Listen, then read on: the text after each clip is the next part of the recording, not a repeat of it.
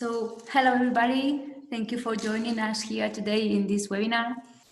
I will briefly, now with my presentation, we're going to focus in the application process. So to present you everything which is necessary and to take into account to success in the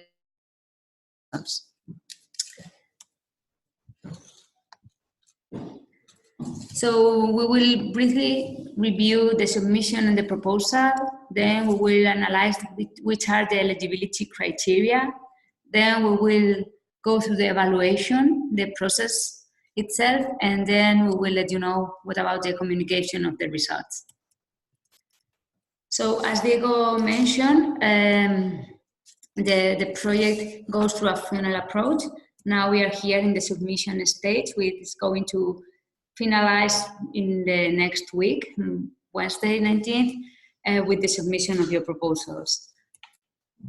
So to succeed in the submission of the proposal, the first thing which could be very obvious but we need to take into account is that there are some guidelines and frequently asked questions that have been already posed by some of the applicants and which are public and available in our website. So the first thing I would recommend you is to go over that information, carefully read it, and if you have any further doubt, don't hesitate and contact us through our channels. But get ready for the proposal. It's easy, but there are some minor issues that need to be considered. As Diego presented, we have three different ways of application. So the first thing to do is to choose the track where you want to participate. All the information is available in our website, and I will show you here. So please carefully read all the information. Check the track that you want to apply. And because each of the tracks has specific things that need to be considered. For example, in the first track, which is the ready-made, where we have already a challenge defined. Go here.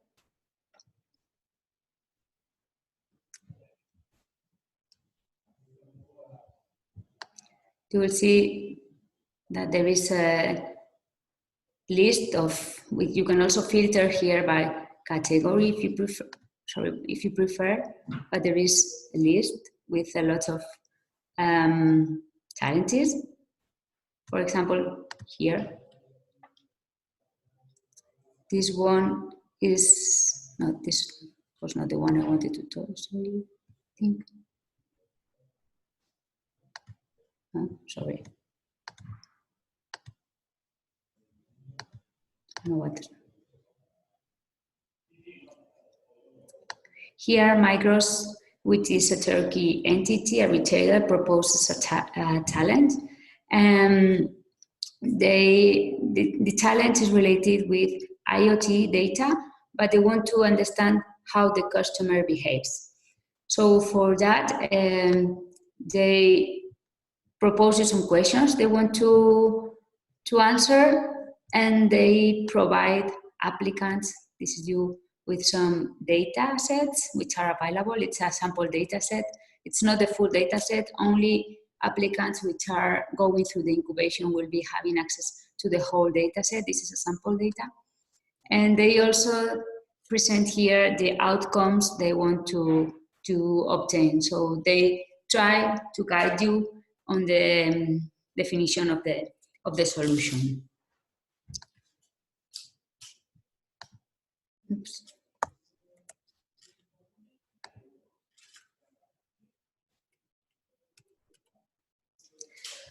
So this is for the ready-made. This is specific, and you need to go through the challenge, read it, and specifically address what the data providers want you to do. If we go through the half and half, this is because you didn't find a challenge that is interesting for you, or that you don't feel comfortable with the ones provided, you also have the opportunity to discover something new. As Diego said, here we don't define a challenge. It's you who are going to do it. Sorry, but you need to use at least 2 different data sets. One of the data sets has to come from the ones that we are providing, and another one could be some data that you have, or they could be open data. Here again, if we go to half and half,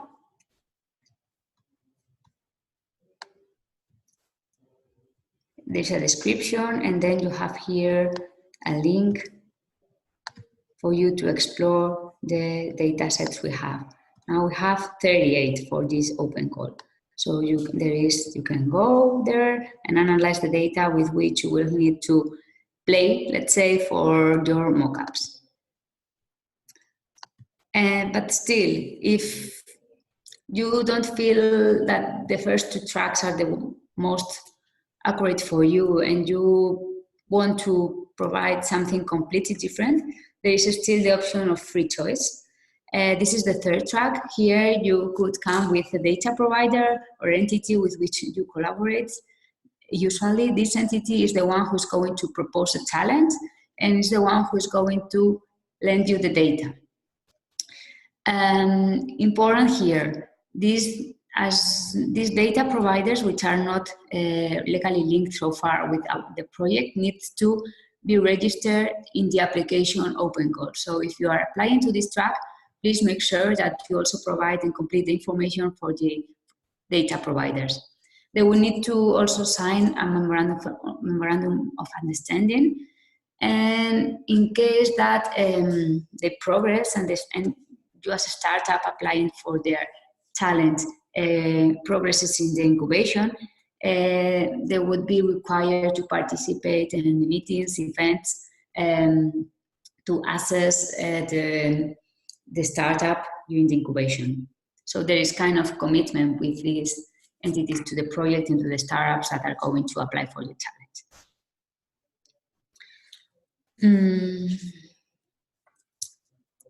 Here, I would like to let you to send you the application, the form, where you will see that there is a description of the main sections of the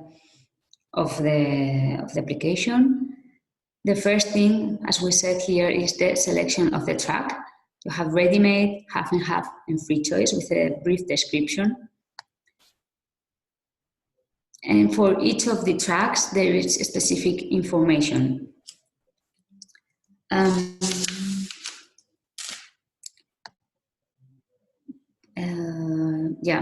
Please make sure that you read carefully the form, and that you answer the questions, because we have experienced in previous calls that sometimes part of the information is not answering what we expect, that there are documents that need to be uploaded that are not correct, and so on. So please go through the information, read it, and stick to the application itself. The application is submitted through the platform, which is the one, the AFET 6S that we saw before, and the submission has to be done before next Wednesday, 19th of June. It's midday, not noon, 12 midday, not noon. But the whole proposal is very simple. It's comprised by 3 main parts. The first one is the online form, which is quite short. Then we have a declaration of honor, which is inside this form. And then only for track 3, those participants that are coming with their own data providers, you will have to describe the challenge that you are going to try to solve and which is proposed by your data providers. Fill in all the fields, as I said. For example, there is a section where we ask about your competitors. You can, maybe you don't have which are your direct ones, or you can think that you don't have ones, but it's very difficult to argue and to show that there is no competition at all. So always try to show that you know about the market. Don't say we don't have competitors. Or for example, when we talk about the team, you'll see that there are like you could include up to 4 profiles. So, and that there is a requirement, as you will see here in the form.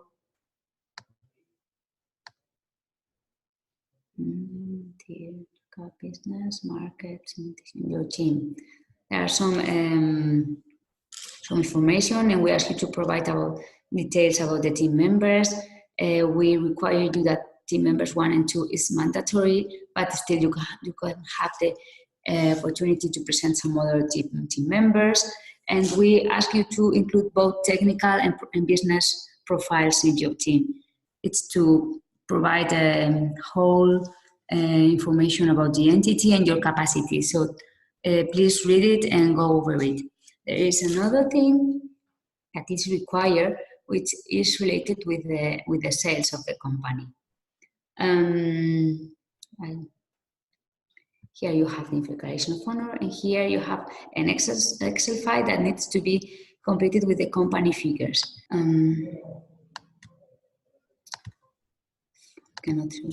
Here, this is very easy. You have sales, EBITDA, public funding, number of employees. So complete this document and upload this document. Don't include any other documents such as your business plan or some other documents that you think could be interesting. Stick to the form because it's the information that we need for the evaluation. These are some tips that are advisable for you to have a successful proposal. Then, what happens after your submission? We check the eligibility. Eligibility means that you can be selected to be part of the incubation, and we will go over 9 main criteria.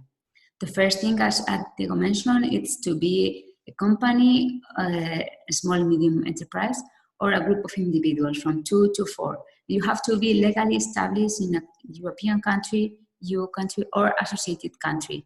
It's very important. Team members and the company has to be in any of the European Union or associated country, not from other countries. You have to be, we are looking also for unique proposals. We will analyze the uniqueness of your work. Then, very important, if you have been already funded in the database or if you have been participating in previous editions of the project, you are not going to be selected in this new open call. Also important to use the data that we are providing, except for track 3, that you could be also using data from your data provider, or in track 2 that you could also use another data set from which is yours or open data. It's very important to use our data. Still, we are in a big data related incubator, so it's very important to use big data tools. Don't forget about the proposal following all the information and details in the application form at F6S. Select and justify the talent you are selecting. It's the first step in the form. You will need to explain your solution and how you address the challenge proposed. And then you are not able to submit more than 1 proposal.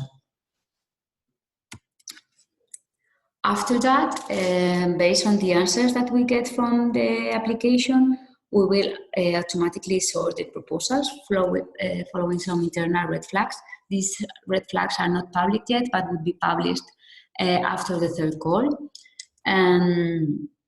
Then we will, there are also some quality indicators, some other indicators which are different for the early stage companies and the established ones. Established are those that count with more than 3 years of closed closed, 3 years existence, let's say. For the evaluation, we will go over 3 main criteria: the technical part, the business potential, and the team composition. Each of them has a maximum score of 5 points, and there is at least 3 points required in each criteria. The threshold is 12. And plus, for the track 1, there is also an analysis and evaluation of the challenge fit, which is done by the data provider. What else? Once you have been selected or not selected for the participation in our project, we are going to communicate everyone. Everybody is going to receive an evaluation summary report. So the first thing, as I said, is to check the eligibility. If you are eligible, we'll go for the red flags. This is the automatic sorting. And in case you are eligible and don't have any red flag, we'll go for the remote evaluation. Here we will check the challenge fit, technical, business, and team. And what would happen if you go over the threshold? You will be pre-selected. If you don't go over the threshold, or you were not eligible, or you had a red flag, you will receive a rejection letter. And then, in case, we will also be having like a waiting list for those proposals that could be selected if any of the selected ones does not fulfill to sign the sub-grantee grant agreement. In any case, notifications of the results will be from the 22nd to the 26th of July. The only thing which is pending is to apply through our website, F6S platform. And remember that it's the 19th June, 12 p.m., which is noon, not midnight. Thank you. And now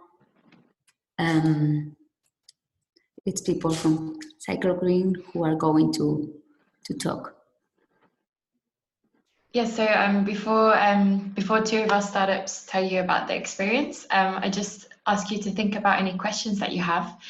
We have a group chat, so if you move your mouse down to the bottom of the Zoom meeting, you'll see an icon for chat. Here you can send a message to me privately, my name's Charlotte, or you can send it to the group, to everyone if you like, and we'll save the questions for the end for a Q&A. So Gregorio from Ciclogreen, I'll give you the floor. Great, thank you very much. I think it will be maybe a good idea to share my screen. So I will share a presentation just to briefly tell all of you what we do and how we benefit from the program, from the EDI program. That was a great experience for us. Maybe you are able to see the screen. And I will adjust to complete the screen. Well, in what we do in Ciclogreen, just to make you know what we are doing as a startup, we promote sustainable mobility for better smart cities to fight this problem, traffic congestion, because most employees are going to work by car and they are increasing CO2 emissions and air pollution. So we provide a solution, an online platform that allows companies and city councils to reward citizens and employees with free gifts for using sustainable means of transport. Doing this, we help them to promote sustainable means of transport and provide information about CO2 reduction and also data on mobility patterns.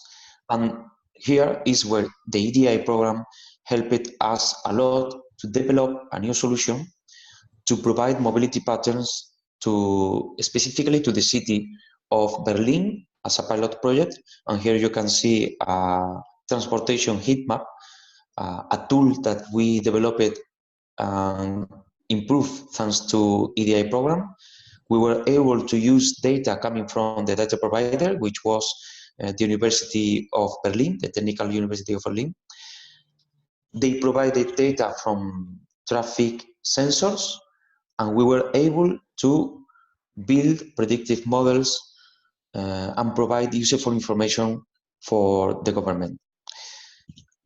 So that was only a couple of details about what we are doing, and I want to tell you all about the program. For us was a great experience being part of EDI program, because we think that is a great opportunity, an acceleration program that is able to provide a lot of value for the startup in a very short time. We have been in several acceleration programs and we have enjoyed this one a lot. And I would like to point out a couple of details. First, being able to receive 100,000 euros without equity, so equity free, is great for a startup, really makes a difference. And also, not only the money, being able to have mentorships that are tailored specifically to what the startup needs is really valuable. And this program, people from EDI were able to ask each startup about their needs and design mentorship and workshops directly aimed to those objectives and needs. And for example, for Ciclogreen, we were looking for mentorship to increase our sales after developing this solution. And they connected us with a great mentor that really helped us to use a CRM, Salesforce, to increase our sales. So that's a huge difference. That's a huge advantage for Ciclogreen. And we enjoyed that a lot. And also during the program, it was easy to work with people from EDI, because in some acceleration programs, sometimes the organizers ask for a lot of information. There is a lot of bureaucracy, and that's not the case of European Data Incubator. So I don't want to spend a lot of time, but for sure I want to strongly recommend this program to the startups that are listening. The application is easy to prepare. You have only a week now, but it's still enough time to do it.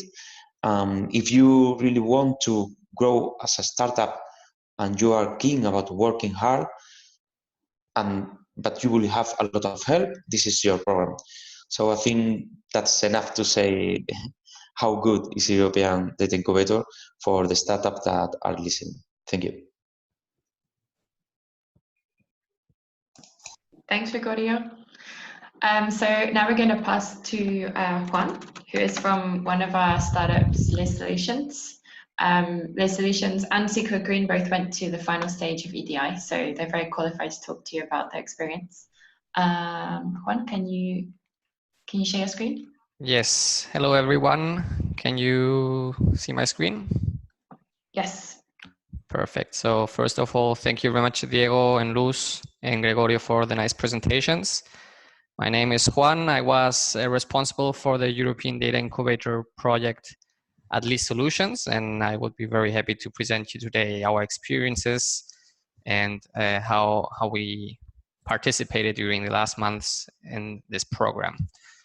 At the beginning, I would like to tell you a little bit more about LIS Solutions, what we do. We are a multidisciplinary consulting company. We were founded already in 2013, so we are not a super new startup. And we focus, or our goal is to guide and support organizations in their digital transformation. So we are specialized on projects around business intelligence and artificial intelligence, so perfectly for the EDI. And within the EDI challenge, we address the predictive maintenance challenge for industrial robots from Volkswagen Navarra. And we made it till the last phase, the evolve phase, developing our product for predictive maintenance, which is called Rise Up Data Pro. So as I told you, we were not just founded or a startup. We were a startup already in the scale-up phase, or even established a startup. And maybe you ask yourself why we had the motivation to participate in the ADI, and if there is somebody listening who is working at a small company which is working with data, well, I would recommend you also, if you're not a super new startup, to participate, because it's the opportunity to create a product. So in our case, we were doing many projects with many companies.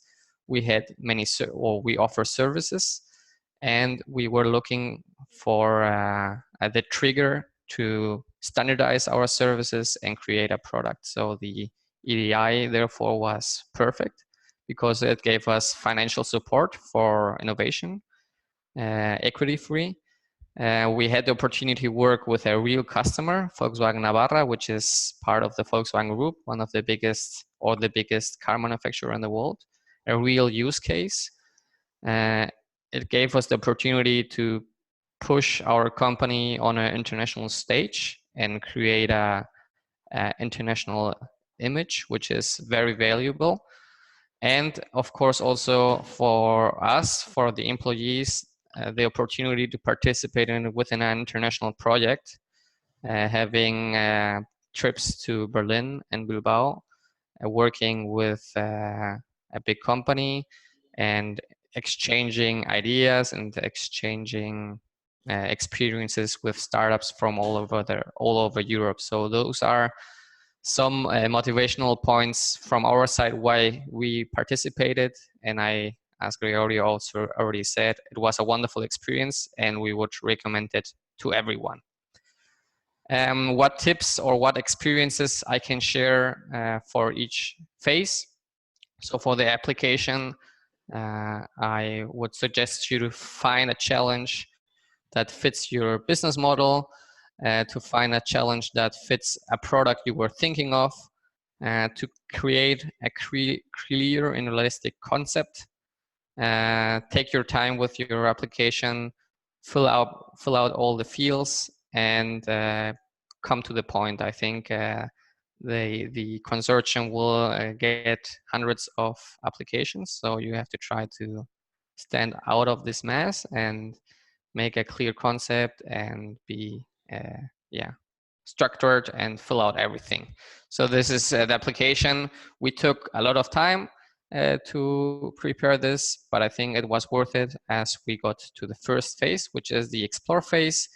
This was in Berlin. As I understood, it will be in Berlin as well, the final event.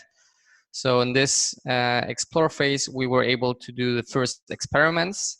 We created mockups for the solution for the data provider to have a powerful image, which is always very important to have images to be able to show things, even if the backend isn't ready. But I think the visual image is always very powerful.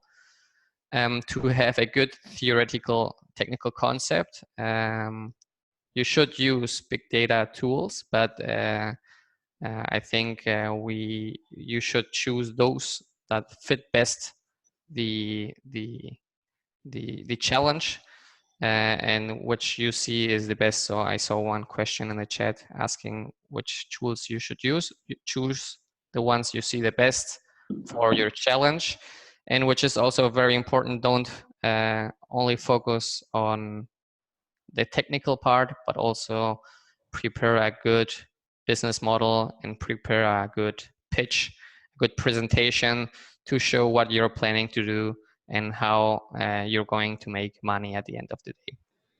The second phase, experiment phase, is a much more intense phase. It's the longest phase.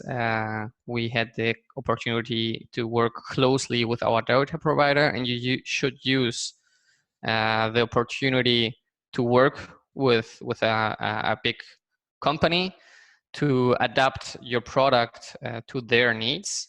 This was very important, as they represent a participant in the market and they know what they need. develop your MVP, not only technologically, but also on the part of the business, and start looking for potential customers besides your data provider. And at the end of the day, you have to convince the jury about your product technically, but also about your startup and your business model. That has to be convincing.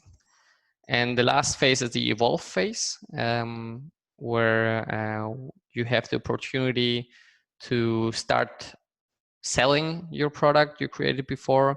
So create an image of your product, learn to sell your product. I think this is one thing which takes a lot of time and takes a lot of presentations in front of customers. So don't worry if the first ones don't go very well. This is very normal. You have to learn how to address your product to your client, and try to keep working with your data provider. So maybe you're even able to sell everything you developed during the months of the EDI to your data provider. So this are our experiences. As Gregorio already said, it was a very nice program. We from LIS Solutions learned many things. We were able to develop a product. We appeared in many newspapers. It gave us, we were able to create many leads, not only for our product, but also for our other services. So this was a great, or is a great program, and we from LIS Solutions would also recommend it to everyone to try to fill out the application and see if you can make it to until the end, until the evolve phase. So if you have any questions, I would be available as well. And thank you very much. Thank you, Juan. So now we're going to open the floor to our participants in the chat for questions. Who will be answering the questions? We have Luz and Sara from Zabala, who are part of the team organizing and managing the open calls. And we also have Laia, who's from Deusto, the University of Deusto, who are the organization coordinating EDI. So I've been looking at the questions. Laia and Luz and Sara, I'm going to make sure you're unmuted so that you can speak. 1 second. And Luz as well. Yes, you're unmuted. Okay, so first question. Can an SME submit 2 applications for 2 different track 1 challenges? So can they submit 2 applications? No. Speaking from Zabala, any participant is going to be evaluated only for 1 application, and in case you are selected, it's only with 1 application. So focus in solving 1 challenge, or going to the second track, the third one, what you prefer, but only 1 application. Okay, thank you, Luz. So next question. Can you elaborate what protocols EDI use to make sure data is secure? Is there any way the data stays secure in the server? This is very important to convince our data provider, as we're using confidential information. I think maybe Diego or Laia from Deusto, could you, because you are the ones which are more involved in the technical part, but answer. EDI as a big data incubator program has a range of security measures to ensure that data is properly secured. I don't have specific information because I don't work on the technical side, but we can for sure provide you with the information on how the big data stack and all the infrastructure is secure. Maybe we can post a Q&A question and answer in the website in the following days. Okay, thank you, Laia. We have a question from Sebastiano, who's representing Indo and SME. I hope I pronounced that right. their data provider also has a lot of sensitive data, and they were asking if it's possible for the data provider to disclose the data set in a gradual way. So starting with the less sensitive data, metadata, and then at some point later in the process disclose more information. Is it possible to use this approach in the proposal, or does the data set have to be fully available from day one? Okay, for the application itself, as I said before, the data provider is going to be requested for sample data. So it's the data that they consider which are like the minimum ones to help their participants to solve the challenge they are proposing. Of course, when a new data provider, which is not already part of the project, is involved within EDI, and they start completing the form, they will see that there are some questions regarding the GDPR, security, anonymization, and so on and so forth. So we're going also to check which are the mechanisms and the security mechanisms for the data provider before they are involved in the project. Only in case that the startup is selected and has signed the agreement with us, they are going to have access to the full data sets. It's always the company, the one who decides which are the data that are going to share.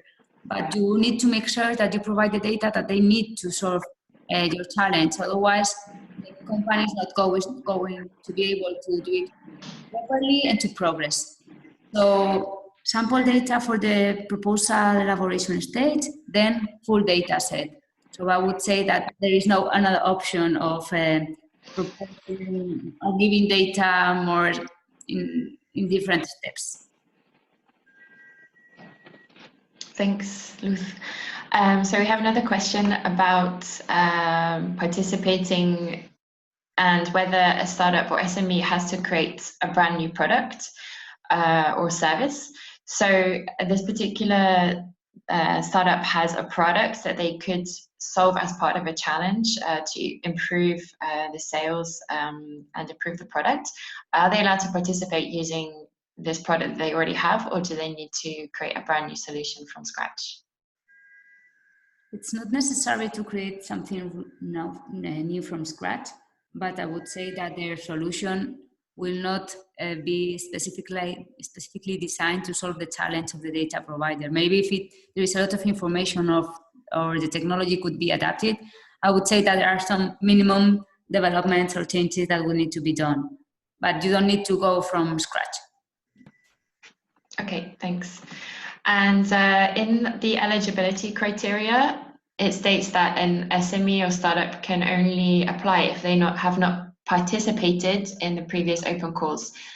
Does this mean that an SME is eligible if it was not funded or has applied? So for example, if a startup applied to the last open call, can they apply again? If you received any money, you cannot apply again. So if they weren't successful, they can try again, basically. Yeah, you can try as long as if you come to Berlin, let's say, you cannot participate. If you were rejected from the very beginning, I would say yes, but try to learn from the rejection letter that you received as well. Okay, thanks. A question about the team.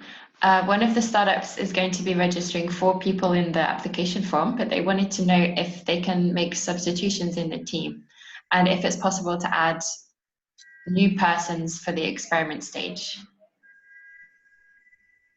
Yes, what we want here is to analyze the complementarity in the skills of the team, of the people who is involved in the project. Of course, if you are I don't know the size of the company, which I think if it's a company or not, there might be some changes, but make sure that you have a balanced, complementary, high skill, business and technical team, because all of the parts, it's not only business, it's not only technical, both things are really important to progress.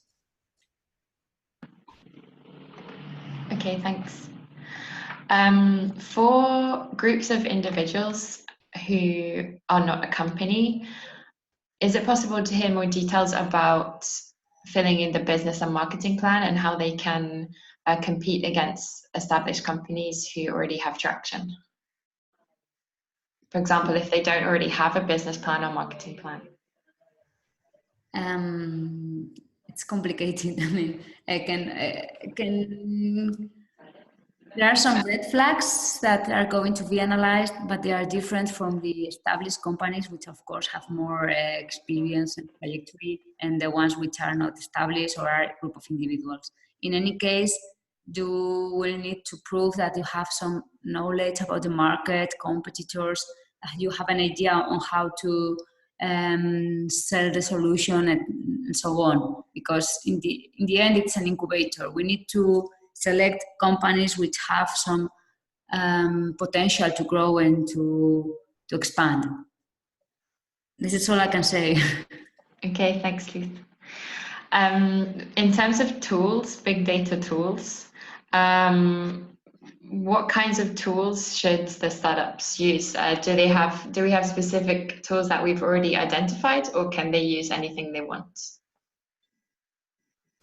Okay, you can use anything you want as long as it serves for solving the channel. And as it was said during the webinar, given that this is a big data incubator, we encourage teams to use big data tools. Okay, and some training will be offered during the incubation program, particularly during the experiment phase on this. Thanks. And is it possible to know who the jury are who are rating the tech, business, and team aspects of the applications? These are external juries which are hired for that purpose. They are experts either in technical big data part, either in business. It's anonymous so far, but then they will be in the Datathon and in Berlin and Bilbao. You will have the opportunity to know them, but they are experts in the area. No one involved in the project.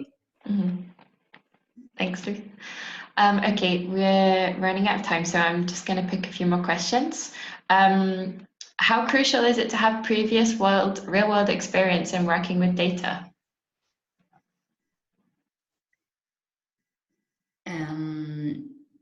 Important. It's very important. It's a big data incubator. So if you don't have experience, you don't have, and it's complicated to show that you are capable of developing a solution, a product in the end. So I would say it's important. We are analyzing also the CV of the people who are going to be participating in the project. Thanks, Luz. If you have any other questions, I think there are some that we've missed. We have a special email address, which is opencall@edincubator.eu. So you can send your questions there if you feel that the webinar hasn't responded. So the last question is, how many startups go through to each round? So how many will be successful for the explore stage, the experiment stage, and the evolve stage? For the explore stage, we aim at selecting between 40 and 50 startups, then 17, 18 will go to experiment, then 7 or 9 startups go to evolve stage. It depends on the amount of startups selected in the first stage, and of course on the level of the teams progressing in each stage.